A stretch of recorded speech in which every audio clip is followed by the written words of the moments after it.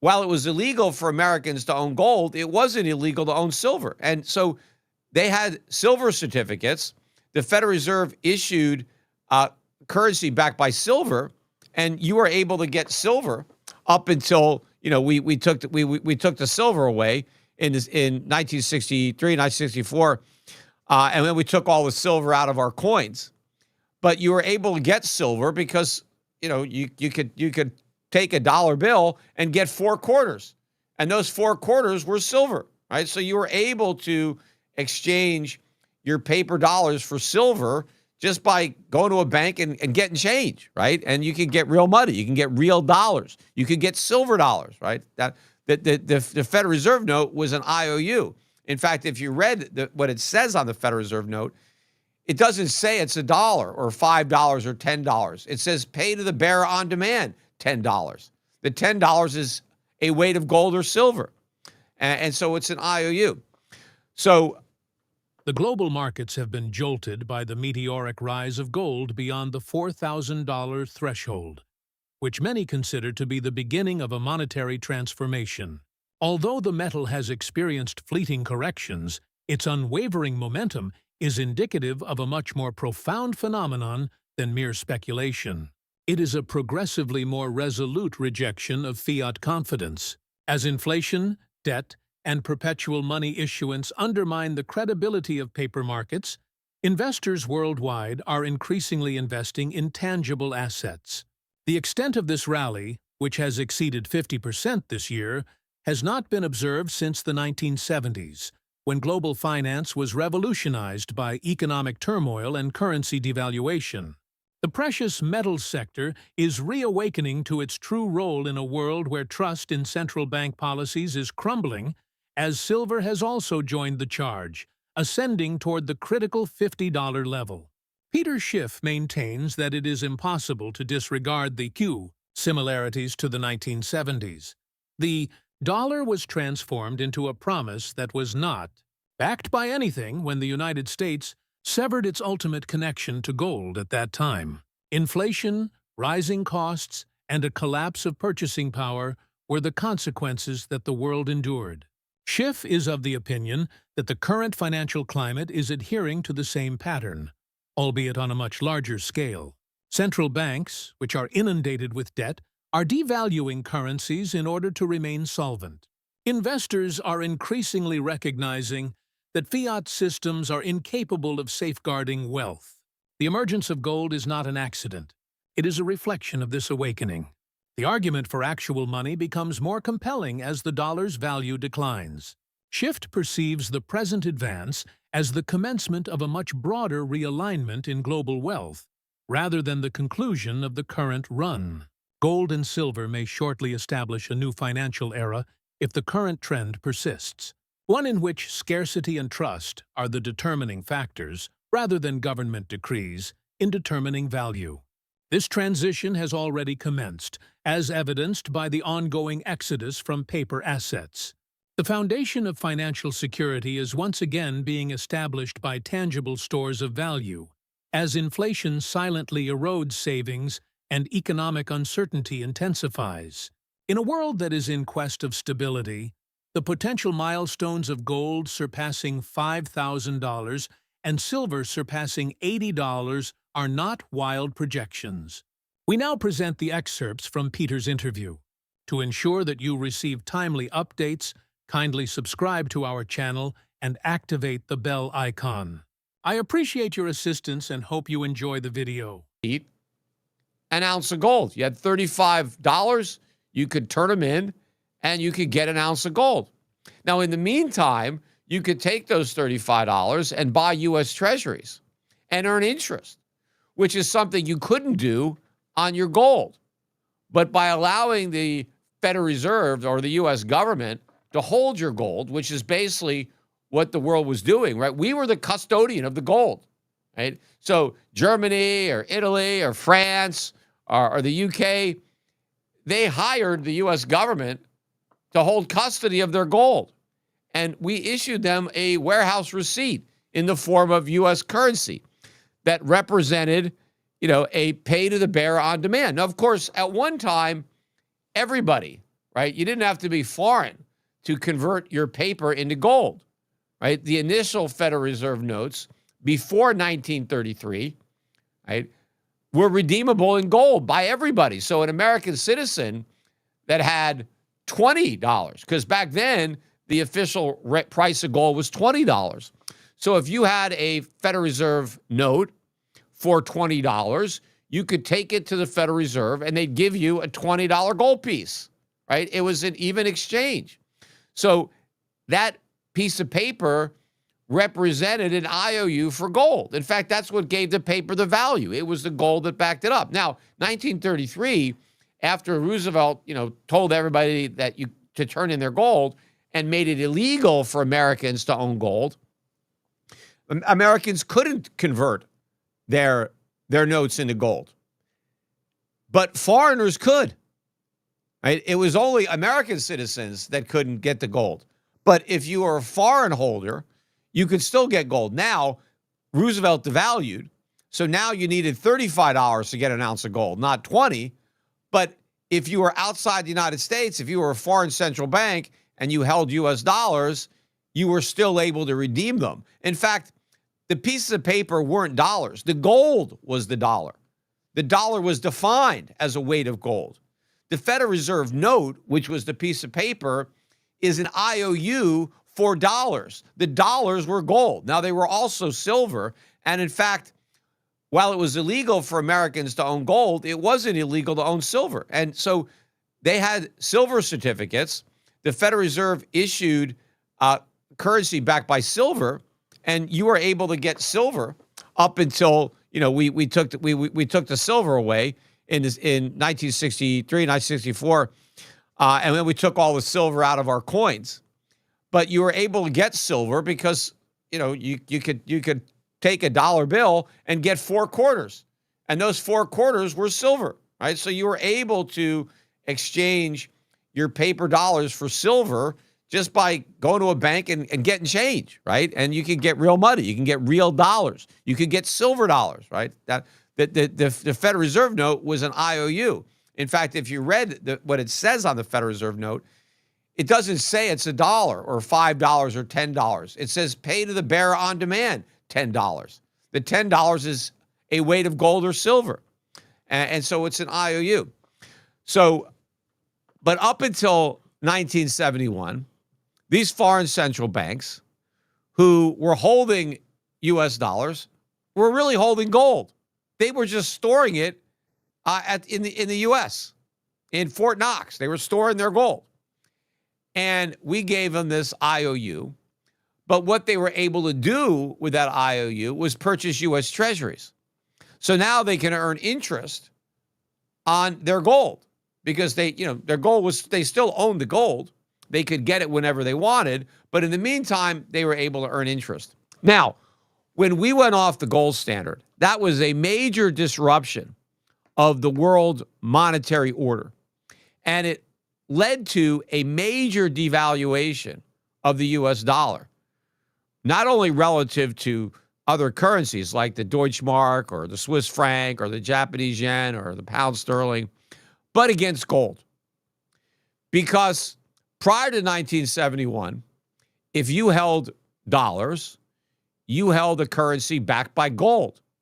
After 1971, if you held dollars, you had a currency backed by nothing. Now, clearly, a currency backed by nothing is not as valuable as a currency backed by something, especially when that something is gold. So the world marked down the dollar because we changed the rules. We told everybody that you're not going to get your gold. We basically defaulted. When they talk about how, the U.S. government has never defaulted, when they talk about the debt ceiling, we've never defaulted on our treasuries. We defaulted on Federal Reserve notes. The reason that a Federal Reserve note is called a note is because it is a promise to pay, right? What does the Federal Reserve promise to pay? If you own one of their notes, what are they promising to pay you? Well, initially, they promised to pay you gold. Peter Schiff posits that the current gold price movement is indicative of the gradual but incontrovertible erosion of confidence in the U.S. dollar and the monetary system that supports it. He compares the 1970s, when the world broke away from the gold standard, to the 2020s, which he believes signaled the beginning of the dollar's global decline. Schiff contends that the U.S. sanctions against Russia served as a global wake-up call, revealing the hazards of maintaining dollar reserves that can be suspended or weaponized at will. Central banks worldwide have discreetly transitioned away from dollar dependence by increasing their gold purchases since that time. According to Schiff, this development signifies a structural shift in global finance, as precious metals are once again the bedrock of trust in a world that is becoming more unstable. He further elaborates that the Federal Reserve is ensnared between inflation and insolvency, as neither political party in the United States is willing to confront ballooning deficits or unsustainable debt. The Federal Reserve is compelled to maintain the stability of the system by inflating the currency, as it is no longer possible to raise interest rates without inciting a fiscal crisis. Schiff is of the opinion that this dynamic will inevitably result in a dollar crisis. In the same way that the financial crisis of 2008 was anticipated by the subprime collapse, gold and silver are reclaiming their historical role as secure havens in times of systemic decay as confidence continues to drain from paper assets. Right? They promised to pay you real money, lawful dollars. That's what the promise was. But now the Federal Reserve notes are notes for nothing. It's an IOU nothing. It just says this note. It doesn't say what it's redeemable in. So we defaulted on those notes. The world held our notes because we promised to pay gold. And then we told the world, we're paying nothing. I mean, we didn't even say, we'll give you, 50 cents on the dollar, 25 cents on the dollar. We told the world, we're giving you nothing, right? We're not giving you any gold for these notes. It was 100% default. Now, of course, we said, you're free to hold on to those dollars. They're just not backed by gold anymore, right? And so the world held those dollars, but at a much lower rate. And that's why prices went up so much. I mean, the reason that oil went from $3 a barrel to like $35 a barrel, right? More than a tenfold increase. And, we like to blame that on the Arabs, right? Oh, those Arabs, they jacked up oil prices. We had this oil shock. It wasn't the Arabs. It was us. It was America. We tried to screw OPEC over because when oil was $3 a barrel, we paid them $3 backed by gold. So they were getting gold for their oil. Well, after we defaulted, we were paying paper. And so OPEC said, well, if you're going to pay us paper, well, we're not going to sell you oil for $3 anymore when we can't get any gold. And so the price went up because we paid them in paper instead of gold.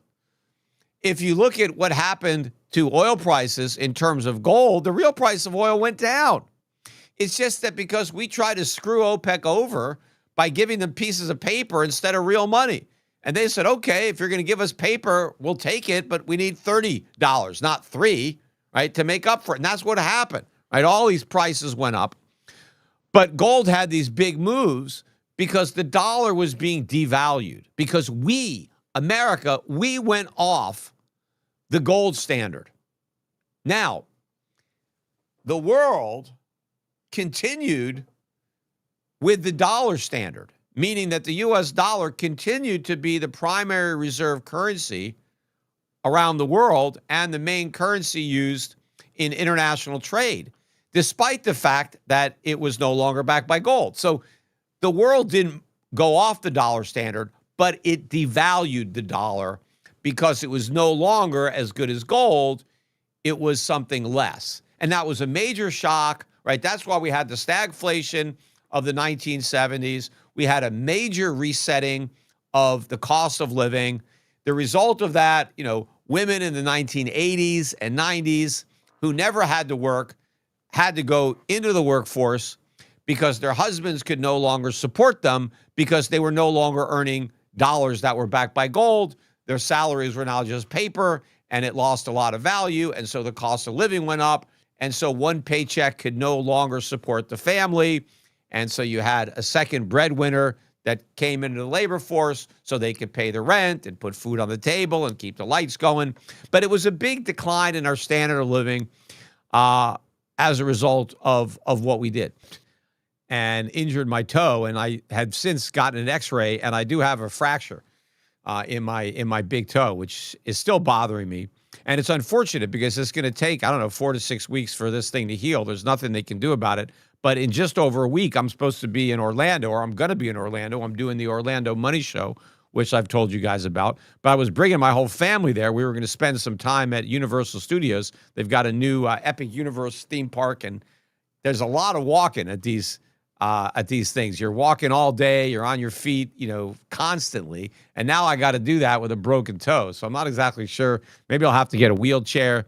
I'm hoping that it'll get better, at least to the point where I don't have to limp the way I'm limping now a week from now. But I'm not sure. So it's unfortunate that I did that to myself. It was such a ridiculous accident to just trip like that on my computer cord. But those are the things, I guess, that happen when you're in your 60s. But anyway, so getting back to gold. So what was significant about the 1970s was we went off the gold standard. What I think is significant about the 2020s is that the world is going off the dollar standard. That's what I think is happening. And I talked about that, on prior podcasts, and I particularly started to hammer this point after former President Biden put the sanctions on Russia for the Ukraine invasion. And I said this was a huge mistake that Biden made because it was a wake-up call for all of the nations of the world that holding U.S. dollars as a reserve is a risk, because we could pull the rug out from under you whenever we want. If there's something that you do that we don't like, well, we'll sanction you and take your dollars. And so the minute we established that precedent, we basically told the rest of the world, you need to get rid of your dollars. If you want to eliminate this risk, which of course they'd want to do, if you want to have your own sovereignty and not have to worry about pissing off the U.S. and having us yank your reserves, you need to get out of U.S. dollars. And so they've been doing that. And central bank buying of dollars has been the primary reason that gold has risen so much. Now, recently, I think investors have finally started to buy not only gold, but silver. And that's why silver is finally catching up to gold and has made a bigger move, because for the years that central banks were the only buyers, they didn't care about silver.